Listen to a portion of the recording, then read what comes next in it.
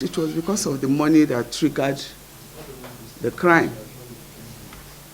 He siphoned 3.8 million using the ATM of my stepson, siphoned 3.8 million from his account. He used his ATM because he's like under spell with the boy. They've been long-time friends, and he has overindulged him. Barrister Halima Alpha Gabiru Gaya, PhD. I can say Sadiq's death came as a huge shock to me, because when I married their father, the boy, his late mother's name is Halima. It was a pleasant coincidence, and the boy adopted me as his mom. Anything to do with Sadiq, both himself, family issues, personal issues, he runs to me. He came that day. I saw him last on a Sunday. We had an issue about theft in his father's house. He was sick. So he came and we talked and he left. On Monday, I understand the wife said he left the house on Monday. But before he left the house, he did something that he has never done before. Called his son, because anywhere he goes without his son of 3 years. Very sharp boy. And he held the boy when he was going to the office that morning and said, "You know I'm your father. You know I'm your father. And I love you." That he has never done that before, and dropped the boy. And then he left on that Monday for the office. And that was the last day she saw him alive. Then I was in my office on Tuesday, this particular office. My colleagues were with me, especially Barrister Fatima, she was here, and my head of chambers too. Here we were discussing something when my phone just rang. Pick the call, I don't know who even called and said, "Sorry madam, I want to tell you that Sadiq is dead, but don't tell your husband yet." We were here, and then I stood up. I said, "What type of news is this?" In fact, I was so shocked that I didn't even believe it. Then I left the office. I went to Zone 6, our family house. I went there, I didn't see anybody. I was confused, more confused than ever. Then I called Mahmoud, my son. I said, "Dr. Mahmoud, where are you?" He said, "And where are you too?" I said, "I'm in the family house, but I can't find anybody." He said, "They are in the mosque doing Zenaiza for Sadiq. That I should rush so that I can meet Sadiq's Zenaiza."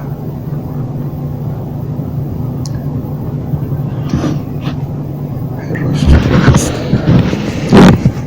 I didn't even know when I climbed. I had leg issue, but that day I forgot. My driver parked at the back of the mosque where there are steps like this before you get to the mosque. I didn't even know when in fact my girls and everybody in the car thought I would not be able to climb. But I didn't know when I climbed it. When I came up quite 3 minutes, they have done this amazing.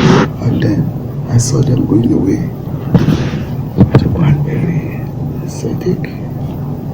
I looked at him and told him, "Say Dar es Salaam." I wept in the mosque there. I forgot that I was in the mosque. And then it was on our way home that the wife came to me and said she wanted to enter my own car. It was while we were in the car that the wife now said, "Mommy, your son was killed." I said, "How? What did you say?" He said, "Mommy, somebody just called me and said Sadiq is sick and is in National Hospital. Describe the place, and I went, stone dead." That she realized that there's some blood from his nose. Still, we didn't know how to believe it because there's no evidence to show. So we waited for the dad in the family house, because the dad had already given order that he should be buried. But he went to an assignment to Kano with the Minister of Works, Minister of Water Resources. So between 7:30 and 8, a lady now came to the house that she has confession to make. And her name is it Mariam? That she was in the other room where she was locked up by the same Sadiq. That he locks them up until when he feels like releasing them, he will release them to go. And Sadiq, now, when they were trying to kill Sadiq was crying and shouting, "Why do you want to kill me? Why do you want to kill me?" The other lady was in the other room. They forgot. So she instructs her girl and had it. Then she escaped to herself. She came to the house. That was when we knew that it was his friend Abdul that killed him. Then we now had to go to the police. And they started their investigation. They conducted the first search. He was nowhere to be found. They went to his father's house. That is Sani Omolori Atapa, the former clerk to the Senate. They did not find him. Then the message, according to the people that was telling me, the message, and then they went to the house again to do a second search. It was during the second search that they discovered 2 pistols in Sadiq's house, unlicensed. So, what have I got to say? The boy is dead. 34-year-old lawyer, fine boy, very unassuming. In the Gaya's family, they don't have his type. All of them were devastated. But as you know, as Muslims, they thought it was something natural. So they said, "Inna lillahi wa inna ilayhi raji'un." It was when this girl came to expose what has been happening, how this boy took his 3.8 million, siphoned it from his account, using Sadiq's ATM, because all of them have been hypnotized by Sadiq. Even his phone, by Sadiq, by Abdul Omolori, all of them have been, according to the lady, they are under him. Whatever he says they should do, they will be shaken to go and do it. Even his big phones were collected after his death from them. 2 of his cars were under them. It was later they collected 2. It's only even 1 because there were 3. So it is unfortunate that Omolori is a Muslim, and in the Islamic religion, it's life for life. No matter how we love your son. I had a case in my village recently in Ampa local government. A man shot his son because he killed somebody. He shot his son himself, even though the mother was angry and left the house. That is how some people treat death. Because in the Quran, it's a great sin. Even if you dodge it here, you cannot dodge it in the hereafter. And we don't even want him to dodge it here. Because if he dodges it, then the big men in this country will feel that they can get cover to their children. Most of them on drugs. Whenever they kill, they give money, dollars to the police. And that's it. That is it. So I'm calling on you, the journalists of this country, to do justice. We are going to write petition to the NBA because the boy is a lawyer, was a lawyer. So we are going to write for them also to start up their own case with, because it's not Sadiq versus Omolori Abdul, but it's Sadiq versus the states, because it's a case of murder. And even the 2 pistols that were when they were conducting search, they were found in his house. It's enough for his case not to be bailed. But because of what money can do in this country, dollars can do, they have gone to give some irresponsible policemen money and they have compromised. So I'm calling on you people to do your best so that we can get justice. Ma'am, as the family of the Omoloris, the head, have they made contact to even show concern or sympathy towards what is happening? No, well, at the time of his death, that time I can tell you we don't know he was killed. And they were doing his Eniza Central Mosque. Omolori himself was there, and the criminal Abdul was there as well for the Eniza. That time we had no higher knowledge of who killed Sadiq. So they were there for the Eniza. And then after that, he came to Zone 6 to condole. My husband was saying that Sadiq is his son too, and he wanted to even open a business for them with Abdul and so on and so forth. He was there. But that was before the revelation. Final word. As a mother, what do you want from authorities, from the public, at least to guarantee justice for those 2 children who are left orphaned? What I want from the public and from journalists and from the power and from the law is that they should ensure that justice takes its course. I'm putting it in the public glare because I need their sympathy. Because in this country now, it is only the public, the civil society, that makes sure that things are done and done correctly. That's why we decided to grant this press conference so that the world will help us here, so that the police will have no hiding place.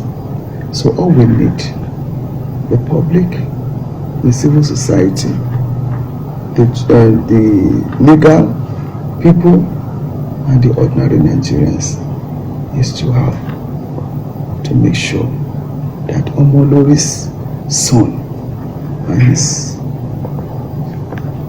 his other culprits is that executed this must be brought to book. Thank you for your time, ma'am, and we wish that you get the justice the family deserves, and thank you so much, please. Thank you very much.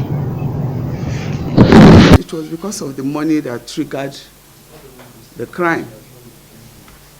He siphoned 3.8 million using the ATM of my stepson, siphoned 3.8 million from his account.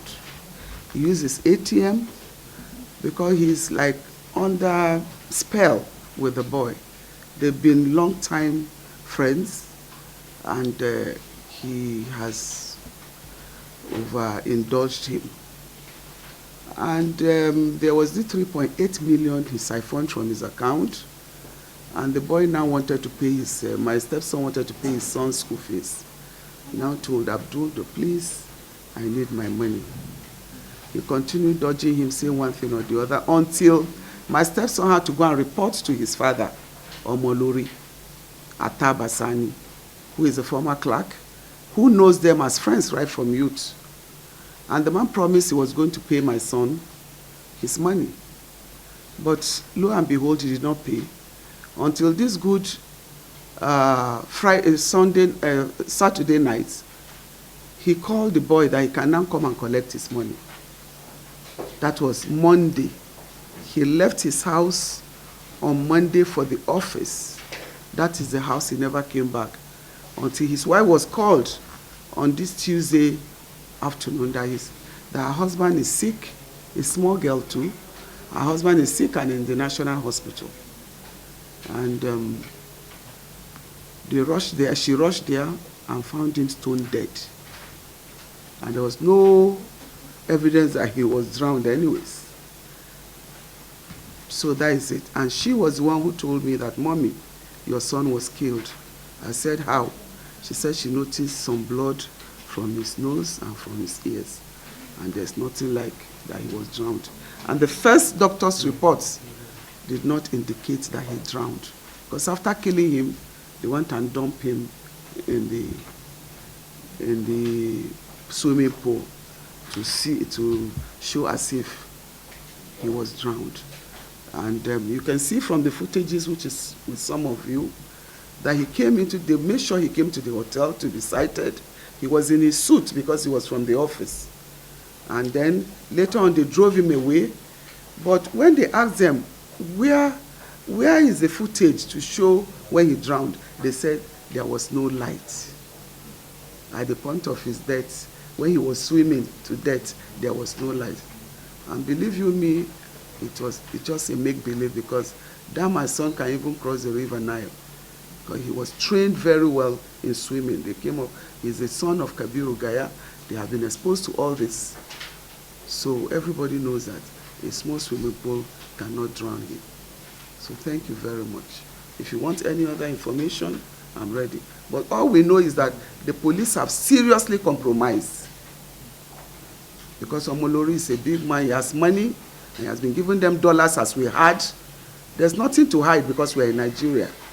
Because there's no way that a case of murder will be turned to something else and then gone to court under another case entirely, removing the mother and everything that transpired. No judge would have bailed him because any case of murder is not bailable in Nigeria yet. But this one is bailed, and the boy is all over the social media. You can see it. It's all over the social media, boasting and saying all that nobody can keep him, and no police in this country can arrest him. And the boy is a known criminal. Thank you very much.